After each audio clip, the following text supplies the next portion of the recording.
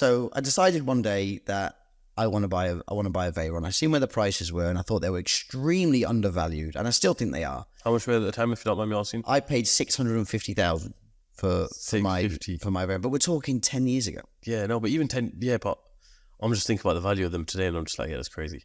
But they're way too undervalued today. Yeah. They're way too undervalued.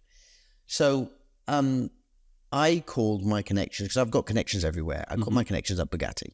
And I said, I want to buy a Veyron. If you get offered any, I know these people don't buy used cars. Buggati, these dealers, they don't buy cars. They just sell new cars. Yep. If you need to take a car on a part exchange or whatever, I'm looking for one personally. Give me a heads up. So the guy in the service center, he said, look, there's a client, can't give you any of his details, but he's going through a divorce. He's had the car from new. We've just serviced it. He's going through a divorce, and he doesn't need to sell it financially, but because it's an asset in the divorce, it needs to be sold. Yep. I said, okay, well, give me his name and number. And he said, Carl, I can't. It's GDPR. I can't do it. Data protection. So I thought, right, okay. Can you tell me what colour the car is? Yes, grey and silver. Right. Called another one of my connections up who lives in London. Yep. Who owns a grey and silver UK registered Veyron? I don't know. There's a Russian guy. Barely uses it though. I've only ever seen it twice. Normally keeps it in a car park on Mount Street. Okay. Bit more digging. Found out who the guy was. Got his telephone number. Got his wife's telephone number. Right? They're going for a divorce. Going through a divorce. Right? She was Russian as well, but she spoke very good English. Husband didn't even speak English. Okay. Yeah. Right? So I called her. She gave me his number. I said that I'm calling about the Buggati, and she was obviously encouraged the situation for me to buy it because it needed to be settled. So, long story short, called the guy up. He didn't speak English. I'm saying, I call about the Buggati, the Veyron. You have a Buggati I wish to buy. Blah, blah, blah. Phone down. Don't call me again. Phone down. Phone down. Yeah. So, like the next day, a guy who spoke English, he called me back. Very abruptly. Hi, who is this? Introduced him. Halfway through me introduced him. He's like, what do you want? I understand Mr. I can't say his name, but he wants to sell a Buggati. I want to buy a Buggati. Who told you? Who gave you this number? Mrs. gave me this number. And okay, so it was no problem. If I'd have said Buggati Service Centre give me this number, there'd have been issues. Yeah, 100%. And they didn't. I had to get it my own way. Anyway, how much do you want to offer? I said 650,000. No, not interested. Sorry, bye. Phone down. 2 weeks later, I had a phone call again from a number in Austria. And answered the phone. Hello?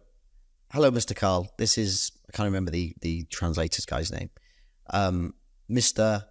Let's call him John. Mr. John. He said, if you're seriously interested on buying his car, he will see you this evening at the, what was the hotel called? Kapinski. He'll see you tonight at the Kapinski Hotel in Vienna. And where were you at this point? I'm in my office. Okay. Right? I'm here. Yeah. So I was like, okay, what time? We have dinner at 7:30, after dinner, maybe 10 p.m. Yep. Look, it's like 1 p.m. now. Fuck, how am I going to get to Vienna? But I've always got my passport. If you look, I've got my passport on my desk. I've Always ready to go. So at the time, I had a 991 Porsche Turbo S. I just got in the car. And I just drove towards an airport. Yeah. So my assistant at the time, lovely girl called Hannah, called her. I said, Hannah, I need a flight to Vienna. I need it now. I don't care where it's from, but preferably I'm going south. So we've got Birmingham, we've got Stansted, we've got Luton, we've got Heathrow, we've got Gatwick. Gatwick, yeah. Get me somewhere along there. Get me somewhere. There's got to be somewhere. And Yeah. she called me up. She's like, there's one at Stansted, but it leaves in like an hour and a half. Yeah. And I'm an hour away on a good day, but I'm in a 991 Turbo. Terrible word. I was just going to say this shit. I have I broke every single speeding law there was to break. got outside of Stansted Airport. I've left the car with the keys underneath the wheel in short stay, the closest you could possibly get to. Called my guy. I said, look, that's where the car is. Leave now and come and pick it up because it's not going to be here for much longer if you don't. Run through, no baggage. All I've got is a credit card and my passport. That's all I got. How much time did you have to spare until the flight took off? Oh, minutes. Literally minutes. Yep. So got there, landed. When I landed, I've texted the guy. I'm landing at whatever time it was. It was quite late at night. It was about 10 o'clock. Landing at this time, blah, blah, blah. He sent a Mercedes-Benz V-Class to come and pick me up with 4 security guards and him. Not the main guy, the translator. The translator had the security Just guard. me and the translator, a driver and 3 other guys. Okay, yeah. In this V-Class.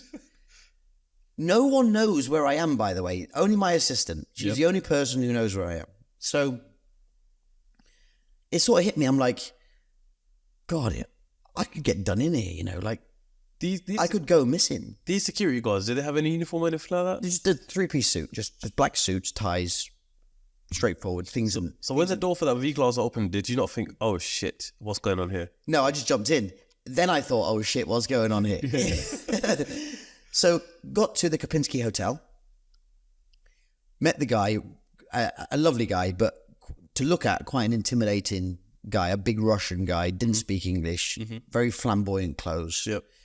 And he said, basically, the translator said, Mr. John said, you've had a long flight. Would you like to join him for a few drinks first?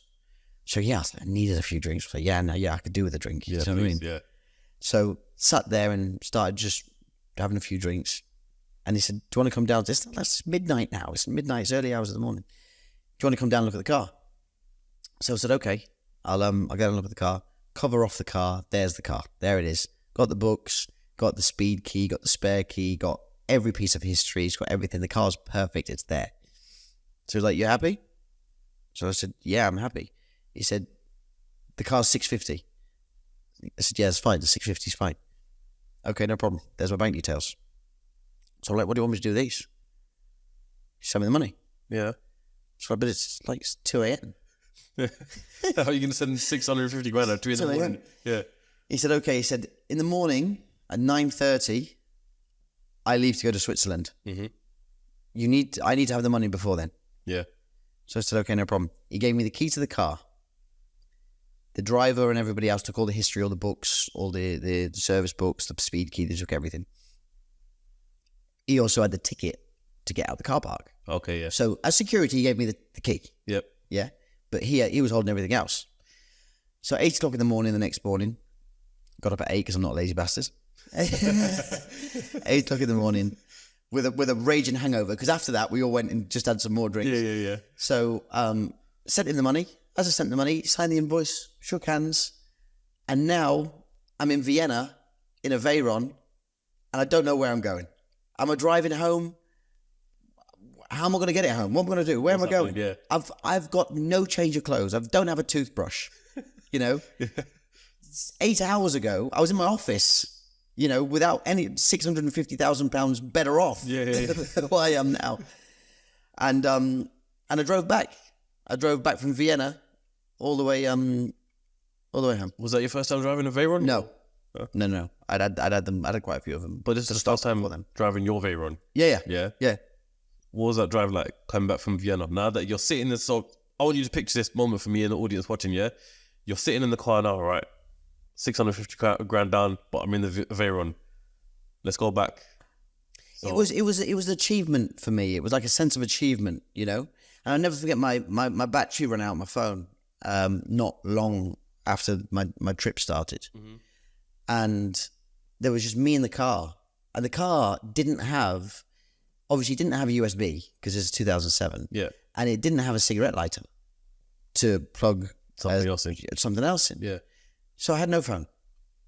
And I never had a phone for about 8 hours. And I was completely me in the car for 8 hours, driving through the Austrian Alps, into Germany, through France, through the French Alps. Yeah. Oh, it was unbelievable. It was unbelievable. When I got to Calais, I could have turned around and drove back. Like it was a big, comfortable car. And it was like, you know, when I first thought, because it's stressed now, I've got, you know, a whole day's driving, 24 hours or whatever I've got. Yeah. Oh, it was incredible. The best experiences of my life. How easy is that car to drive as well? It's a Bentley.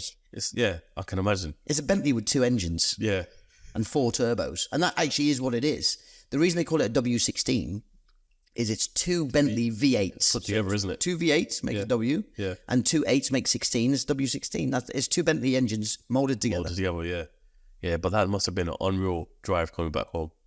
Oh, it was incredible. It was you ever spoken to that Russian guy since? No, I've never spoken to him since. No, never heard. But I've got pictures in my phone of the night we done the deal in the car park where we done it, shaking hands, having a laugh, having a drink. Because it was a whole experience for me. Yeah. It wasn't about the car.